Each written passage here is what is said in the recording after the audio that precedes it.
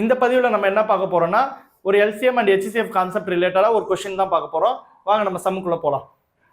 If HCF of P and Q is X and Q equal to XY, find the LCM of P and Q from the following. அதாவது என்ன சொல்லிட்டாங்கன்னா HCF சொல்லிட்டாங்க. HCF வந்து பாத்தீங்கன்னா HCF of P and Q is X ன்னு சொல்லிட்டாங்க. அப்ப HCF வந்து நம்மளுக்கு தெரிஞ்சிடுச்சு X ன்னு. ஓகேங்களா?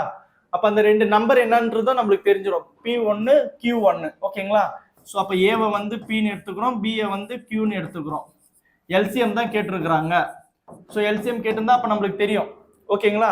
அப்ப என்ன rule? A into B equal to LCM into HCF.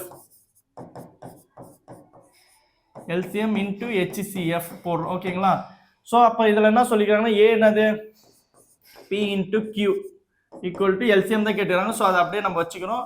into HCF வந்து X. ஓகேங்களா? சோ அப்ப வந்து P இதுல இன்னொன்னு சொல்லிருக்காங்க பாருங்க. Q equal to XY ன்னு கொடுத்துட்டாங்க. அவங்களே கொடுத்துட்டாங்க Q equal to XY ன்னு. அப்ப என்ன பண்ணணும்னா P into Q க்கு பதிலா XY ன்னு போட்டுக்கிறோம். equal to LCM into X. So நம்மளுக்கு LCM தான் வேணும். LCM இப்படியே வச்சுக்கினேன். இந்த X வந்து கீழே வந்துரும். அப்போ P into XY divided by X.